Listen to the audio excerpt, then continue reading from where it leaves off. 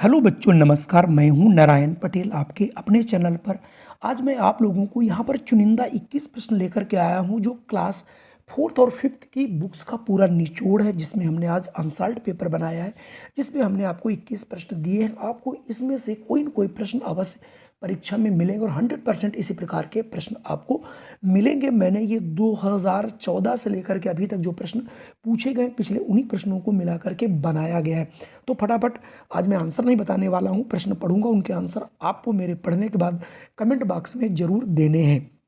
सबसे पहला प्रश्न है, भारतीय संविधान के किस वर्ग के आयु के बच्चों को शिक्षा प्राप्त करना उनका मौलिक अधिकार माना गया है? ए 6 से 14 वर्ष तक, बी 6 से 18 वर्ष तक, सी जो है 6 से 16 वर्ष तक, और अगला है डी 6 से 20 वर्ष तक। अपना कमेंट जरूर कीजिए। अगला प्रश्न आपके सामने रहा ये। अगला प्रश्न आप देख रहे होंगे यहाँ पे, भारत के कौन से राज्य में बद्रीनाथ धाम स्थित है? ए गुजरात, बी उत्तराखंड, सी तमिलनाडु और डी मध्य प्रदेश। जल्दी से कमेंट कीजिए, जल्दी से कमेंट कीजिए, जिससे हमें इसका आंसर आपका मिल सके। अगला प्रश्न आपका ये रहा, भारतीय संविधान में कितनी भाषाओं को मान्यता प्रदान की गई है? ए 22, बी 26 या फिर सी 16 या फिर डी 18। अगर इनमें आपको डाउट लगे तो आप कमेंट करके बताइए कि प्रश्न गलत है अथवा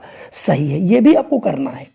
अगला प्रश्न है, ब्रह्म समाज की स्थापना किसने की? ए स्वामी दयानंद, बी स्वामी विवेकानंद, सी महादेव गोविंद रानाडे या फिर डी राजा मोहन राय। आप इसका आंसर जल्दी से कमेंट कीजिए। अगला प्रश्न है, वर्तमान में हमारे संविधान में हमें कुल कितने मौलिक अधिकार दिए गए हैं? ए 5, बी 8, सी 9 और डी 6। बहुत जल्दी से आप कमेंट कीजिए, जिससे आपको पता चल सके आपने कितनी अभी तक तैयारी की है। अगला प्रश्न, आनंद मठ उपन्यास के लेखक कौन है? ए रविन्द्रनाथ टैगोर, बी बंकिम चंद्र चटर्जी, सी महादेव गोविंद रानाडे या फिर डी राजा राम मोहन राय। जल्दी से अपना कमेंट करें, जल्दी से। चलिए बढ़ते हैं अगले प्रश्न पर।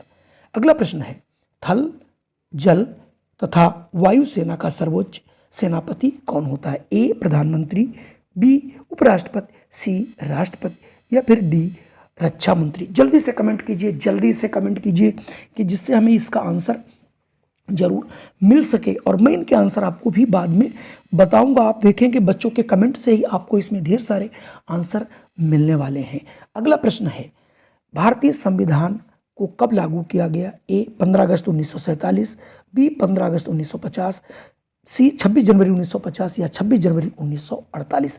बहुत जल्दी कमेंट कीजिए। बहुत अच्छा प्रश्न है, कई बार ये प्रश्न पूछा जा चुका है। चलिए प्रश्न अगला, संयुक्त राष्ट्र संघ की स्थापना कब हुई? ए सन 1940, बी सन 1950, सी सन 1945 और डी सन 1955। बहुत जल्दी कमेंट कीजिए। चारों आंसर में से जो भी आपको लगता है इसका आंसर आप जरूर देने की कोशिश कीजिए। अगला प्रश्न है, मानवाधिकार दिवस कब मनाया जाता है? यानी विश्व मानवाधिकार दिवस कब मनाया जाता है? ए 15 दिसंबर को, बी 10 दिसंबर को, सी 10 नवंबर को या फिर डी 15 नवंबर को। वेरी मोस्ट इंपॉर्टेंट प्रश्न है, इसका जल्दी से जल्दी आंसर कीजिए। आंसर कैसे देना है मैं बता दे रहा हूँ। क्वेश्चन नंबर डालना है और उसके बाद आप अपने जो भी ऑप्शन सही है ए बी सी अथवा डी लिख करके तुरंत आपको कमेंट करना है बच्चों। चलिए अगले प्रश्न पर बढ़ता हूँ। अगला प्रश्न है, लोहा खनिज पदार्थ उत्पादन का मुख्य राज्य कौन है? ए उत्तर प्रदेश, बी बिहार एवं झारखंड, सी राजस्थान या फिर D Kerala. A B C D, जल्दी से इस पर आपका कमेंट आना चाहिए। अगला प्रश्न है, जाड़े की ऋतु में बोई जाने वाली फसल कौन सी है? नीचे आपके सामने ऑप्शन है, इसका आंसर आप सभी लोग दे सकते हैं। ए धान, बी मक्का और सी सरसों या फिर डी तरबूज। आप इसका आंसर जरूर कीजिए। 12 ए या 12 बी, 12 सी या फिर 12 डी। चलिए अगला प्रश्न देखते हैं। अगला प्रश्न बहुत अच्छा प्रश्न है, वेरी मोस्ट इंपॉर्टेंट प्रश्न है। इसका आंसर देने के लिए आपको थोड़ा सा पढ़ना पड़ेगा। संघीय शासन के कौन से अंग का कार्य कानून बनाना होता है? कक्षा 5 के लास्ट में जाएंगे, आप इसको पढ़ेंगे और देखेंगे सारे प्रश्न वहां पर दिए गए हैं। ए व्यवस्थापिका का है, बी न्यायपालिका का है, सी कार्यपालिका का है, या फिर डी नगर पालिका का है। तो लिखिए ऑप्शन क्वेश्चन नंबर 13 ए, बी, सी अथवा डी। तुरंत आप कमेंट कीजिए हमारे यूट्यूब चैनल पर, जिससे हम भी जान सकें आपने कितनी तैयारी कर रखी है। अगला प्रश्न 14, निम्नलिखित वनों में से सुंदर वन किसे कहा जाता है? ये क्या होते हैं? सदाबहार वनों को, डेल्टाई वनों को, या फिर सी पतझड़ वनों को, या फिर इनमें से कोई नहीं। जल्दी आंसर कीजिए 14 ए, बी, सी अथवा डी। इनके आंसर आपको मैं बताऊंगा, लेकिन पहले आपको आंसर करना है, देखना है कि आपने कितनी तैयारी की है। ढेर सारे कमेंट्स करने हैं आपको। जलीय पौधों में यह भाग अधिक विकसित नहीं होता। जो जलीय पौधे होते हैं, अक्सर आप तालाब के किनारे गए होंगे, देखा होगा, जो जलीय पौधे होते हैं उसमें कौन चीज विकसित नहीं होती? तना, बी जड़, सी पत्ती, या फिर डी फूल। बहुत आसान प्रश्न है, मैंने कराया भी है। इसका आंसर आपको तुरंत देना है 15 ए, बी, सी अथवा डी में। चलिए बढ़ते हैं अगले प्रश्न पर, ज़्यादा आपका टाइम नहीं लूंगा।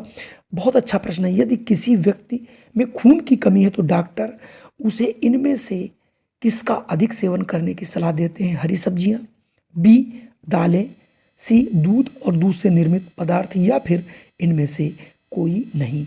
आपको ऑप्शन 16 ए, बी, सी अथवा डी तुरंत देना है, जिससे आपकी तैयारी को हम भी देख सकें। चलिए बहुत अच्छा प्रश्न अगला है। पर्णरंध्र यानी स्टोमेटा उपस्थित होते हैं। पर्णरंध्र पूछ रहा है जड़ों में, फूलों में, पत्तियों में, या फिर इनमें से किसी में भी नहीं। उठाइए कापी और कलम और कर दीजिए कमेंट 17 ए, बी अथवा सी। चलिए बढ़ते हैं अगले प्रश्न पर। अगला प्रश्न, यह गैस वायु में पाई जाती है तथा खाद बनाने के भी काम आती है। यह गैस है कौन? Oxygen, nitrogen, hydrogen, carbon dioxide.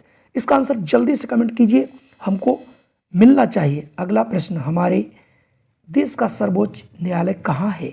Kolkata में, चेन्नई में, मुंबई में, या फिर नई दिल्ली में? इसका आंसर सभी बच्चों को आता है। अगर आता है तुरंत कमेंट कीजिए और हम तक पहुंचाइए। अगला प्रश्न है, चंद्र ग्रहण कब होता है? यानी किस तिथि को होता है? पूर्णिमा को होता है।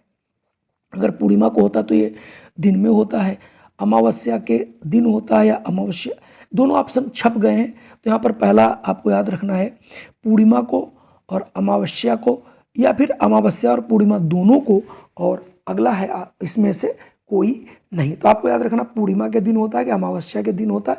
थोड़ा सा गलत हो गया, आप इसे सही कर लीजिएगा। चलिए ये रहा आपका अंतिम प्रश्न। धारा रेखीय शरीर गति में सहायक करता है। ए मछलियों में, बी ऊंटों में, सी चिड़ियों में, या फिर डी सावधानी पूर्वक पढ़ना है ए और सी दोनों में।